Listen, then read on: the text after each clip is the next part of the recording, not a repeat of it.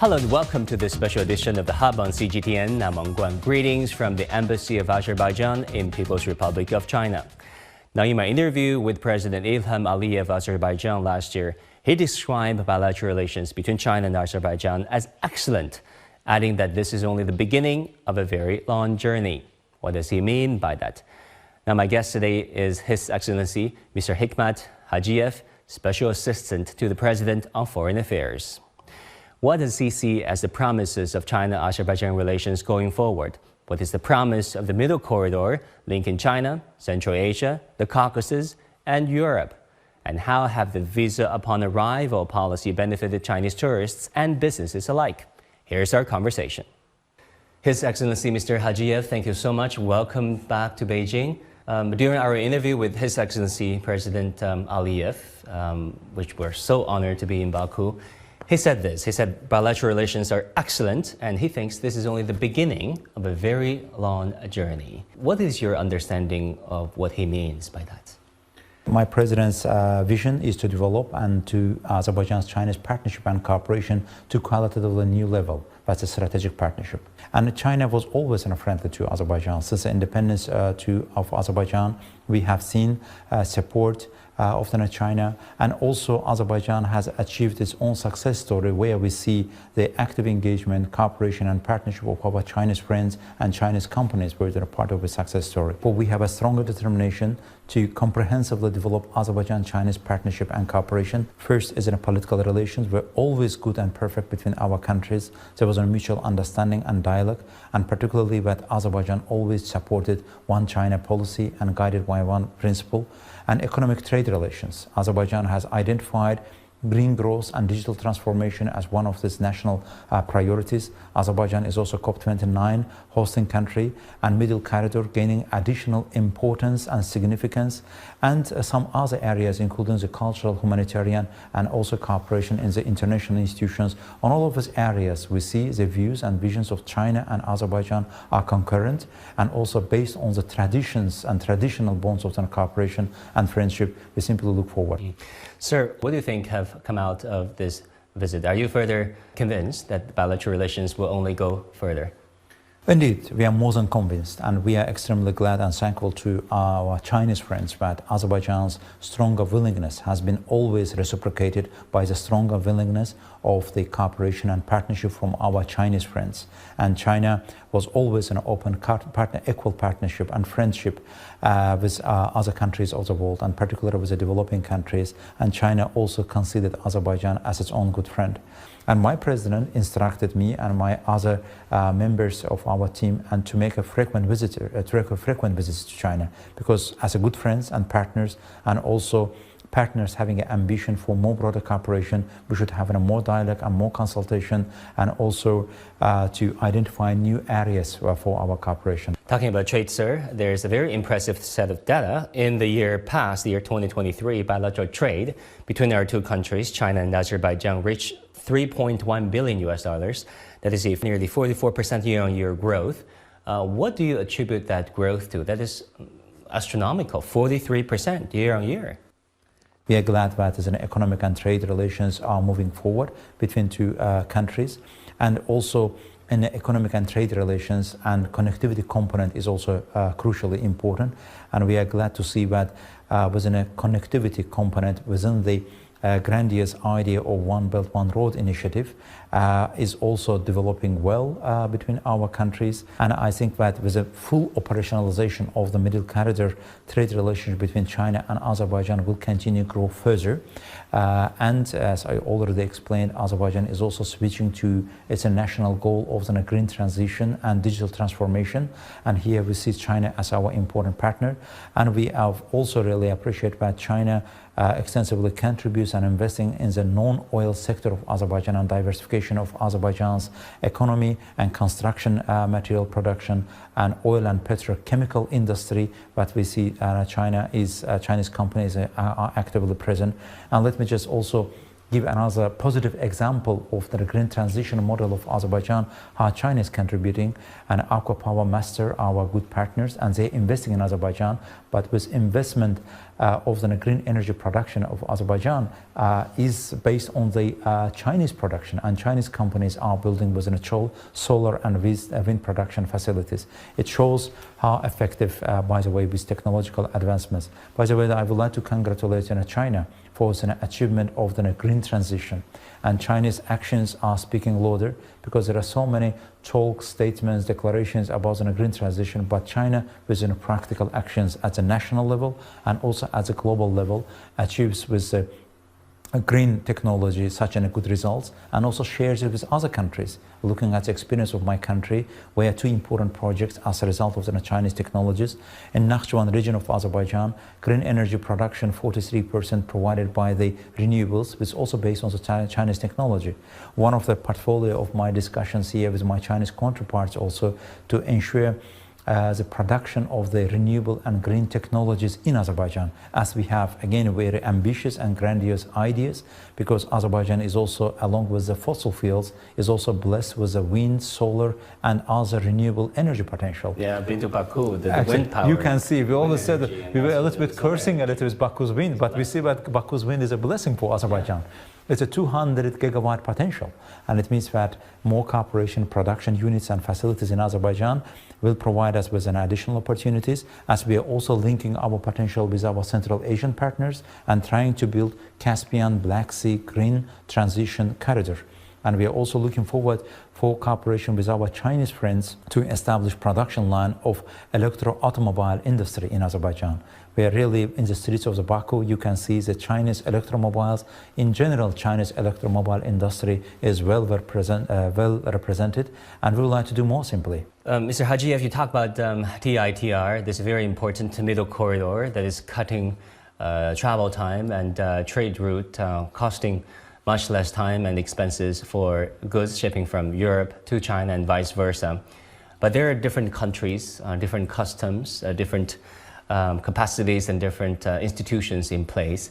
What are the current issues at hand and the challenges at hand that you're trying to resolve, perhaps to really, like you said, to fully operationalize this TITR? One of the challenges is that middle corridor runs through the territories of the many different countries, our Central Asian friends, and then Caspian Sea, Azerbaijan and Georgia, and it goes to the Turkey and Black Sea dimension as well.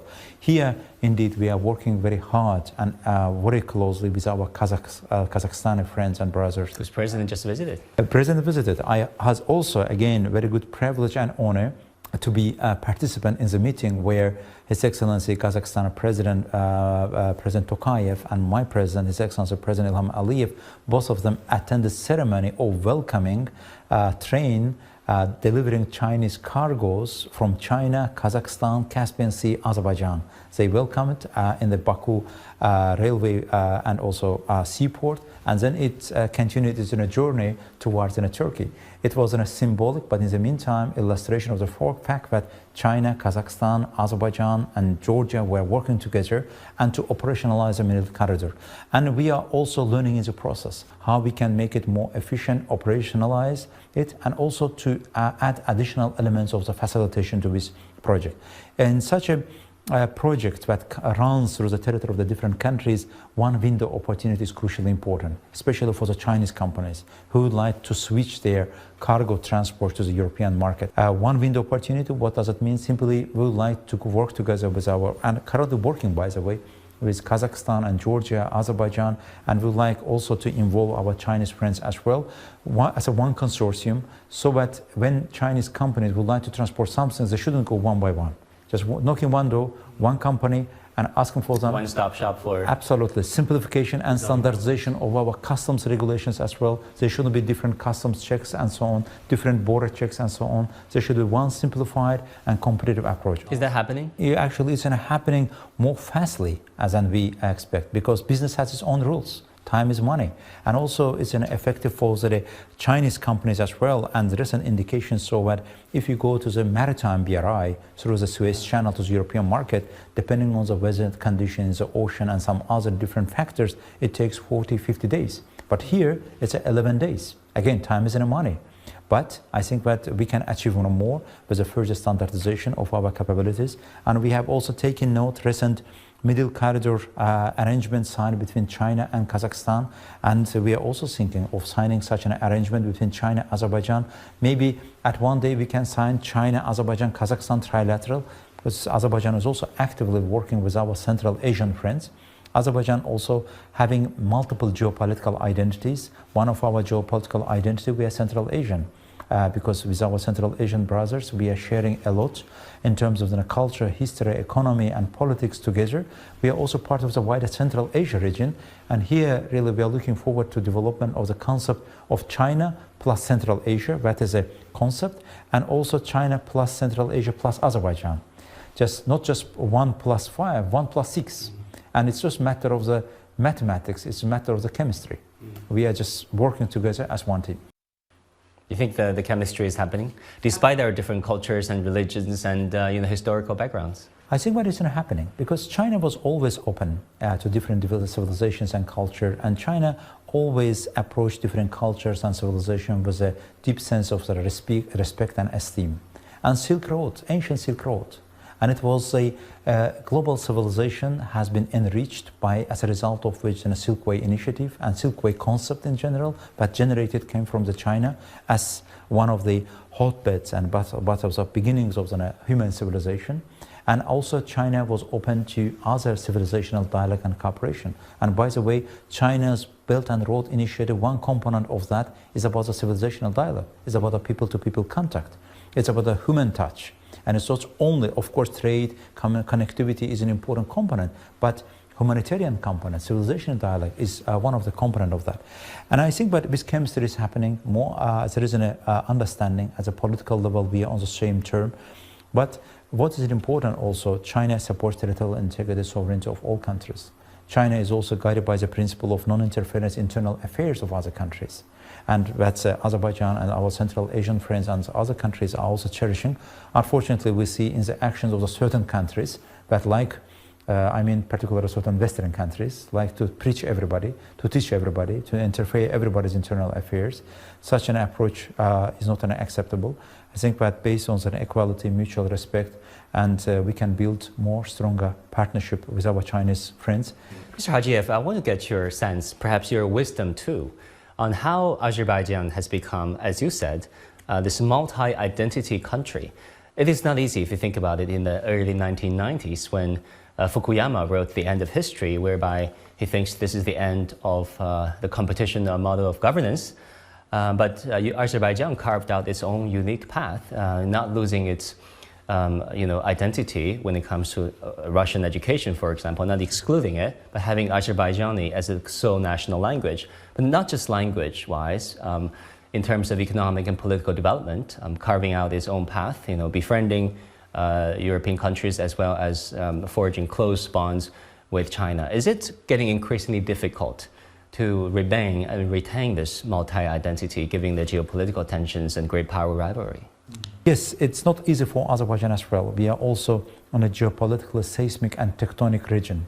And in which region, and to preserving your independent course of political action and your sovereignty, and also restoring and ensuring maintaining your sovereignty and territorial integrity, it was crucially difficult. How we achieved such goals, but pursuing the balanced foreign policy based on the national interests of Azerbaijan, and also in harmonization of the interests of our partners. So at first, predictability. Azerbaijan pursues open and predictable foreign policy and also principles approach. Principles are well enshrined in the Charter of the United Nations, and there shouldn't be double standards because we suffer too much from the double standards.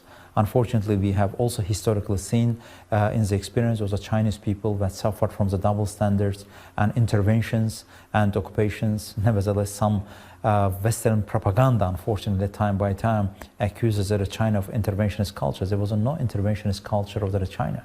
And Chinese people were always open for dialogue and cooperation.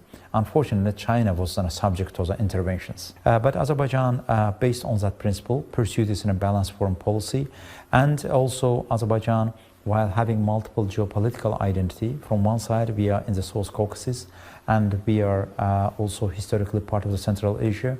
We are geographically part of Europe and European institutions, and we are Caspian and the wider Black Sea region, and we are part of the Middle East as well.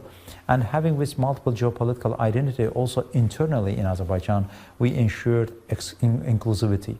Inclusivity that in Azerbaijani society, and we are proud of multi-confessional and multi-ethnic society where different ethnicities and religions and confessions are living side by side in dignity.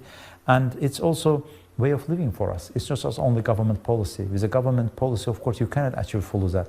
Government policy can support that, can strengthen that, but I think that it's also in the DNA of Azerbaijani people. We preserve and cherish, and we also continue to contribute to the concept of the dialogue civilizations rather than the clash of the civilizations.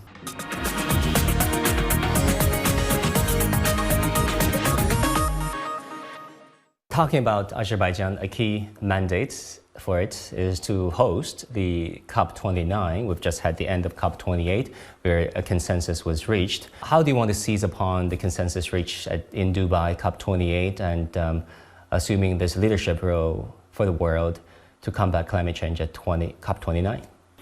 Indeed, I would like to first of all take this opportunity to congratulate our UAE brothers for their achievement under the COP29. And indeed, it was an important achievement, and our UAE colleagues combined together and to the international community and subscribed to such a result. And we are also working very closely with them, and their experience is also important for us. And Azerbaijan also initiated COP Troika concept so that to ensure consistency and also synchronization of our actions. And Azerbaijan's COP29 agenda will be climate finance. We know that it's one of the very difficult topics. There are different views, and finance is always difficult, and bringing together different views is difficult, but we think that is a doable action. That we need a consensus of everybody. Azerbaijan is also will try and will do utmost best to bring together views of the global north and global south. And global south, I would like to particularly highlight that their views should also be heard. In Paris Agreement, we agreed all that to the principle of common but differentiated responsibility. And there are global south and developing countries or least developed countries, they have particular challenges and difficulties, and loss and damage fund, and for the particular purposes has been established, but funding and financial resources are the key. And we think that we have a strategic advantage for that. Why?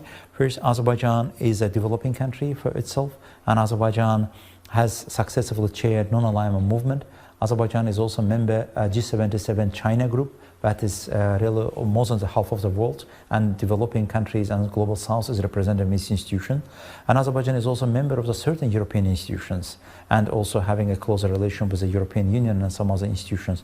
And I think that with different platforms will provide us with the instruments to build the consensus and build the understanding, and to achieve a more solidarity between global north and global south. Mr. Hajiyev, we saw difficulties at COP28 where I was there. First of all, old habits die hard. There are oil and gas industries around the world, and they're fighting hard for their own interests as well. And also, when you talk about global consensus and differentiated responsibilities, global north and global south don't necessarily share the same opinions all the time on all the issues. How do you plan to bridge the gaps? Because estimates show that if we continue the current path, we're not going to achieve the 1.5 degree target within the year 2040 or the year 2050.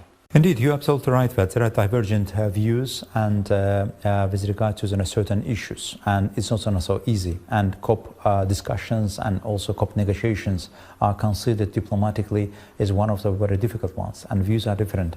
And here we should take into account, and we should also be guided by the inclusive approach and take into account everybody's views.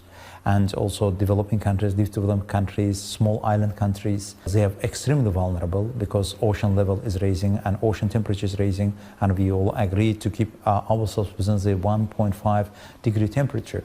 Whether it's doable, and everybody's agreement, everybody's understanding is that if we combine our efforts together, we will achieve. But in the meantime, wider international community and everybody in the international community should live up to its own responsibilities and its obligations, because we are all in the same boat. We have one planet, we are all living under one sky, and it's everybody's responsibilities. In a sense, Azerbaijan is also trying to change this paradigm a little bit, in the sense that when COP happens, and it's not only just COP hosting country or COP chairing country. Yes, you have particular responsibility, but in the meantime, Beyond that, it's everybody's responsibility. If we'll succeed, we'll succeed together. If they have any problems, it means that we'll all have any problems together. Based on that parameters, we would like to move forward, but we are very open for communication and consultation. I appreciate with a recent consultation between President-designate of Azerbaijan and our Chinese counterparts. And again, China is one of the leading countries globally, and China is also having its own very good experience within a COP negotiation process, and also China's technological advancement in green transition. It really caused a certain revolution in the green technology, and green technology prices is down, and it means that green energy competitiveness is raising up. And in the experience, I can speak on behalf of my country, an application of the Chinese technologies and the solar and also wind renewable energy technologies proved itself extremely effective.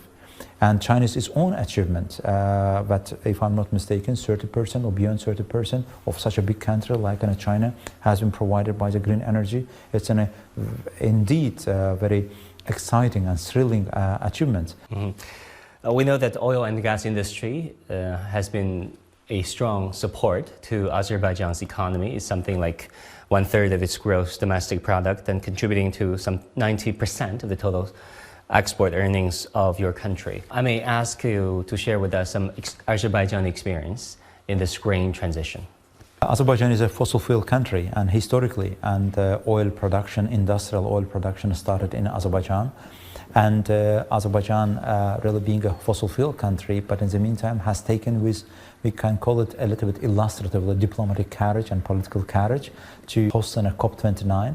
But it's not only just hosting the COP29, it's conceptually our green agenda. And green growth and digital transformation is one of our priorities. We have actually started this process far before than our ambition of hosting COP28. Of course, COP28 will add additional incentives for our really intentions to pursue our green energy and green transformation agenda. And we have a natural resources with regard to, and we are blessed with the renewable potential as well. But having a potential is one thing, but transforming it to real actions and real result is something different. We have already started. I provided you with the examples of our cooperation with the Chinese counterparts and investors from our UAE and Saudi Arabia colleagues, and BP is also investing in Azerbaijan. And 3 particular regions has been designated as green energy zones, like in Karabakh, Eastern Zangezur, and also Nakhchivan regions of Azerbaijan. These are all demonstrations of Azerbaijan's stronger political willingness. And we are also affected by the climate change. And we see less waters in the Azerbaijan's rivers. Nevertheless, we are also mountainous countries. We also soil degradation, and we also temperature escalation in the weather conditions of Azerbaijan. We all see, and therefore we already not just waiting for the final day. We already started the green transition transformation process, but really we need more cooperation, more collaboration. From that perspective, we highly appreciate openness of our Chinese friends and Chinese companies. We know that President Aliyev was sworn in earlier in the year for another term.